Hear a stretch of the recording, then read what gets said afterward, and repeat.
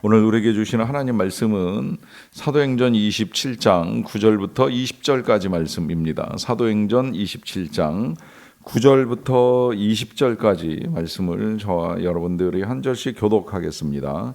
여러 날이 걸려 금식하는 절기가 이미 지났으므로 항해하기가 위태한지라 바울이 그들을 권하여 말하되 여러분이여 내가 보니 이번 항해가 화물과 배만 아니라 우리 생명에도 타격과 많은 손해를 끼치리라 하되 백부장이 선장과 선주의 말을 바울의 말보다 더 믿더라.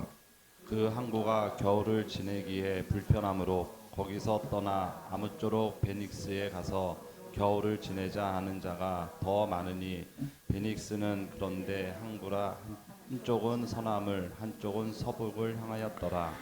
남풍이 순하게 불매 그들이 뜻을 이룬 줄 알고 닻을 감아 그레데 해변을 끼고 항해하더니 얼마 안 되어 섬 가운데로부터 유라굴일로 하다는 광풍이 크게 일어나니 배가 밀려 바람을 맞추어 갈 수 없어 가는 대로 두고 쫓겨가다가 가오다라는 작은 섬 아래로 지나 간신히 거루를 잡아 끌어올리고 줄을 가지고 선체를 둘러감고 스르디스에 걸릴까 두려워하여 연장을 내리고 그냥 쫓겨가더니 우리가 풍랑으로 심히 애쓰다가 이튿날 사공들이 짐을 바다에 풀어 버리고 사흘째 되는 날에 배의 기구를 그들의 손으로 내버리니라.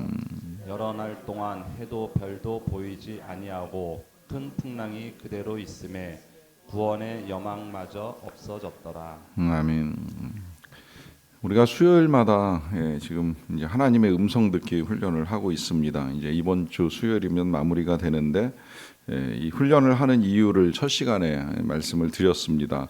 훈련을 하는 것은 하나님의 음성을 듣는 것이 우리에게 복이 있기 때문이라 하는 성경에 근거합니다. 또 여러 가지 유익이 있다는 말씀도 드렸고 그 복 가운데 하나는 이제 하나님께서 우리의 삶을 음성과 함께 인도하신다는 말씀도 나누었는데요. 이 선하신 하나님의 인도하심을 따르는데 이제 여러 가지 유익이 있기 때문에 우리가 그 음성에 귀를 기울여야 합니다. 이러한 사실을 알고는 있지만 그럼에도 불구하고 이제 음성을 듣는 것을 이제 대부분 힘들어합니다. 뭐 힘든 이유는 잘 들리지 않는다라고 하는 것과 더불어서 듣기는 듣는 것 같은데 이게 진짜 하나님의 음성인지 내 음성인지 도대체 이제 분별이 안 된다라고 하는 이제 말씀도 많이 합니다. 그러하기 때문에 우리가 들은 바 된 하나님의 음성을 어떻게 분별할 것인가라고 하는 것이 중요한데요. 이 분별의 과정에 있어서는 이제 오늘 본문에 있는 사도 바울의 모습을 통해서도 우리가 여러 가지 것들을 얻게 됩니다. 1차적으로는 일단 사도 바울이 결국 이제 로마로 호송되는 일을 하게 되는데요. 가이사랴에서의 마지막 재판이 종결이 됐습니다. 근데 종결된 결론은 사실 사도 바울에게 있어서는 사형이나 결박을 당할 만한 악한 일이 없다라고 하는 것이 당시 총독이나 왕이 내렸던 판결이고요. 그러하기 때문에 만약에 사도 바울이 가이사에게 상소를 하지 아니하였다고 한다면 이제 석방될 수도 있었겠다라고 하는 것이 그들의 생각이었습니다. 그럼에도 불구하고 사도 바울은 로마로 가기 위해 이제 호송이 되는데요. 그래서 이 배를 타고 지금 이제 항해가 시작이 되었습니다. 문제는 이제 이 시기가 이제 겨울에 접어들다 보니까 바다의 바람이 세어지고 오늘 성경의 표현대로 하면 풍세가 허락하지 아니할 정도로, 그러니까 풍랑이나 이 파도가 지금 로마로 가는 항해를 허락하지 않는 것처럼 보일 만큼 이제 어려운 상황에 직면하게 됩니다. 그러다 보니까 이제 배가 항해를 멈추고 미항이라고 이름하는 항구에 이제 잠시 정박을 하게 되는데요. 그 정박한 이유는 항해를 피하기 위해, 항해의 어려움을 피하기 위한 이제 이 임시적인 이제 봉책이라고 여겨집니다.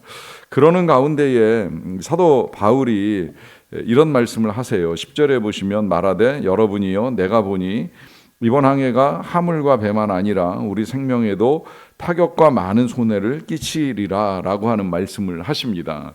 그러니까 사도 바울께서는 어떻게 보면 하나님께로부터 들은 바 된 음성을 가지고 이제 미리 이 배에 함께 타고 있는 사람들에게 알려주는 거예요. 그 알려주신 내용은 보신 대로 이 항해가 쉽지 않다. 뭐 우리 배에 타고 있는 여러 가지 화물과 뿐만 아니라 우리의 생명에도 타격과 손해가 이제 입게 될 것이다라고 하는 말씀입니다. 사실 요렇게 지금 사도 바울이 전달하는 메시지도 어떻게 보면 저가 조금 이제 까다롭게 본다고 말씀을 드리자면 다 완벽하게 이제 하나님의 뜻을 받아들인 건가 하는 의문이 드는 부분이 있어요. 왜냐하면 실제로 배와 화물의 타격을 받는 거는 틀림이 없는데 이 지금 함께 가는 276명 사람들의 이 생명에 손상이 생기진 않아요. 그 죽는 일은 일어나지 않는다는 거예요. 물론 먹는데 어려움이 있고 마지막 음식을 먹고 음식을 버려서 뭐 며칠 굶어야 되는 이제 이런 일들은 벌어질 수 있겠지만 그 가운데 생명에는 타격이 일어나지는 않습니다. 이건 이제 나중에 일어난 결과를 가지고 미리 말씀을 드리는 것이긴 합니다만은 그러는 상황 속에서 적어도 이제 사도 바울이 분명하게 이제 듣고 전하는 내용은 이번의 항해가 절대 쉽지 않을 것이다 라고 하는 것을 이제 전해주는 것이었어요. 문제는 11절에 보시게 되면 백부장이 선장과 선주의 말을 바울의 말보다 더 믿는 데 있습니다. 그러니까 선장과 선주는 이러한 바울의 권고를 무시하고 그래도 항해를 할 수 있다. 날만 풀리거나 조금 상황만 좋아지면 얼마든지 계속 갈 수 있다라고 하는 이 선장이나 선주들의 이 생각에 따라 백부장은 그렇다고 한다면 이제 이 항해는 빨리 지속시켜 가자라고 하는 명령을 내리게 됩니다. 그 명령을 내리는데 이제 또 하나의 이유가 12절에 있는데요. 그 항구가 겨울을 지내기에 불편하므로 거기서 떠나 아무쪼록 베닉스에 가서 겨울을 지내자 하는 자가 더 많으니 베닉스는 그레데 항구라 한쪽은 서남을 한쪽은 서북을 향하였다라고 하는데요. 이 베닉스라고 하는 지역이 이 그레데 섬 남쪽에 자리를 잡고 있어요. 그 남쪽 모서리에 자리를 잡고 있다 보니까 이제 항구가 실제로 서남과 서북을 이제 함께 보고 있는 듯한 이제 위치를 자리 잡고 있는데 이 지역에서 겨울을 나자라고 하는 건 지금 임시로 정착한 미양이라고 하는 곳이 항구가 워낙 작다 보니까 임시로 이렇게 배를 대고 있을 수는 있겠지만 뭐 뱃사람들이 즐기거나 먹거나 마시거나 할 이제 이런 것들이 넉넉지 않다 보니까 기왕이면 좀 더 우리가 놀만한 곳으로 쉴만한 곳으로 옮기는 것이 어떻겠느냐라고 하는 생각을 가지고 이동을 하는 거예요. 여러분 이게 이제 우리가 자주 보여주는 이 판단의 모습 아니겠습니까? 과연 이것이 옳은가 그른가 아니면 하나님의 뜻인가 아닌가 보다 혹은 내 마음에 드는가 안 드는가 내가 편한가 불편한가 내가 기분에 맞는가 안 맞는가가 우리 판단의 결정이 되는 경우가 종종 있습니다. 여러분 사람에 따라서는 뭐 여러 가지 결정을 해나가는 이유가 있겠습니다만은 적어도 그리스도인에게 있어서의 결정의 이유는 이것이 정말 하나님의 뜻인가 아닌가 내지는 옳은가 그른가 정도는 분별할 수 있어야 된다라고 하는 것입니다.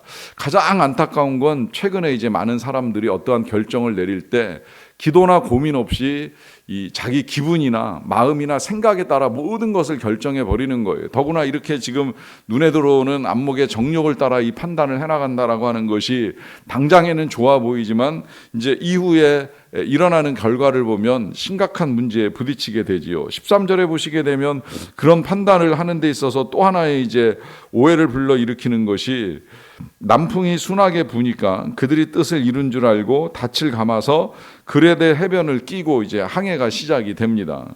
그러니까 잠시 불어오는 이 남풍의 따뜻한 바람에 이제 못 이겨서 결국은 이제 항해를 시작을 하는데 그 항해를 할 때까지만 하더라도 역시 우리가 옳았다. 선장이나 선주의 말이 옳았다. 그들의 말을 따른 백부장의 생각이 옳았다. 이제 이렇게 생각을 하는 것이죠. 그런데 안타깝게도 그 다음에 보시게 되면 얼마 안 되어서 섬 가운데로부터 유라굴로라고 하는 광풍이 크게 일어납니다. 유라굴로는 이 바람의 이름이긴 합니다만은 어찌되었건 광풍이라고 표현할 만큼의 엄청난 바람이 이제 불기 시작을 한 거고요. 결국 그 바람에 따라 이제 배가 밀려서 이 바람에 맞추어서 갈 수 없을 만큼의 이제 쫓겨가는 상황이 돼버리고 만 거예요. 그러다가 이제 그 바람을 피하기 위해서 이 거루를 잡아서 끌어올리고 뭐 둘러감고 하는 이제 이런 여러 가지 일들을 합니다. 거기 스르디스라고 하는 이제 표현도 나왔는데 쉽게 말하면 모래톱에 걸릴까 해가지고 두려워서 이제 쫓겨가는 신세가 돼버리고 만 거예요. 그러다 보니까 수고하는 사람들이 뭐 여러 가지로 이제 애를 씁니다. 그리고 뭐 버리기도 짐을 바다에 버리기도 하는데요. 결국에는 이런 상황이 3일 내내 지속되면서 배 기구들을 다 버릴 수밖에 없는 이제 그런 상황에 놓이게 된 거예요. 나름 이 섬 남쪽으로 이렇게 지나가면서 남풍과 함께 또 바람을 막아주는 섬과 함께 그 섬으로부터 항해를 하기 때문에 좀 더 안전할 것이라고 기대를 했는데 오히려 섬에서 일어나는 이 유라굴로라고 하는 광풍 때문에 결국은 큰 풍랑을 만나게 되고 그 풍랑 가운데 배에 있는 모든 것들을 결국은 버릴 수밖에 없는 그런 상황이 되었어요. 아직까지는 식량은 버리지 아니하였지만 배를 항해하는 데 필요한 여러 가지 도구를 버린 것으로 여겨집니다. 그러다 보니까 마지막 20절에서 이들이 겪고 있는 상황을 이제 이렇게 표현을 하고 있는데요. 여러 날 동안 해도 별도 보이지 아니하고 큰 풍랑이 그대로 있음에 구원의 여망마저 없어졌더라라고 합니다. 그러니까 해도 별도 보이지 않는 상황이라고 하는 건 먹구름이 잔뜩 낀 상태이기 때문에 뭐 낮에는 해를 못 볼 뿐만 아니라 밤에는 별도 볼 수 없다고 표현을 하는 것인데 이 별을 못 보는 게 지금 이 사람들의 항해에 있어서는 정말 큰 타격이 있는 것이지요. 왜냐하면 방향을 잡을 수 없잖아요. 낮에는 해로 방향을 잡고 밤에는 별자리로 방향을 잡아가면서 이동을 해야 되는데 그 별이 먹구름에 가리워서 전혀 볼 수 없는 상황이 되다 보니까 도대체 이게 지금 동쪽으로 가는지 서쪽으로 가는지 방향을 잡기가 굉장히 어려운 이제 항해가 된 거예요. 거기다가 지금 이 풍랑이 가라앉지 않는 시간이 계속 되다 보니까 이렇게 지금 계속 가다가는 우리가 이 바다 위에서 죽게 되는 것은 아니야라고 하는 말을 할 만큼의 두려움 가운데 이제 빠지게 된 것입니다. 그것을 구원의 여망마저 없어졌더라라고 하는 표현을 통하여서 정말 괴로운 상황에 놓여 있는 그들의 상태를 이제 우리에게 알려주는데요. 이러한 상태를 겪게 되는 그 이유를 보자면 아까 앞서 말씀드린 대로 사람들의 잘못된 판단이 가져온 결과입니다. 이 시기에 이 지역에 이러한 바람이 부는 건 사실 이때에 한 번만 있었던 일이 아니라 해마다 반복되는 일이었을 수도 있는데 욕심스럽게 이 항해를 강행하고자 하였던 선조들이나 혹은 이 백부장의 판단이 가져온 결과이지요. 이것이 하나님의 음성보다 사람의 소리에 귀를 기울일 때 혹은 사람의 경험이나 사람의 뜻을 의지할 때 나타나는 결과라고 하는 것인데요. 여러분 이제 이런 상황 속에서 하나님이 베푸시는 은혜가 끊어진 것이 아니라고 하는 걸 이제 우리는 내일부터 또다시 보게 될 것입니다.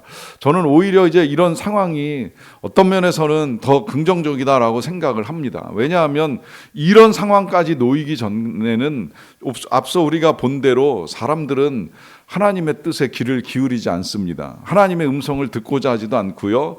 이 상황 속에서 우리를 위하여 구원의 손길을 베푸시는 하나님의 능력을 기대하지도 않아요. 그런데 저는 이 상황 속에서 사도 바울이 쉽게 포기하고 여정을 멈추었을 것이라고 생각하지 않습니다. 오히려 이제 기도하는 가운데 다시 더 하나님이 어떻게 인도하실지를 알아보고 또 하나님께 소망을 두면서 하나님의 은혜를 구하는 일들을 행하였을 것이라고 생각을 합니다.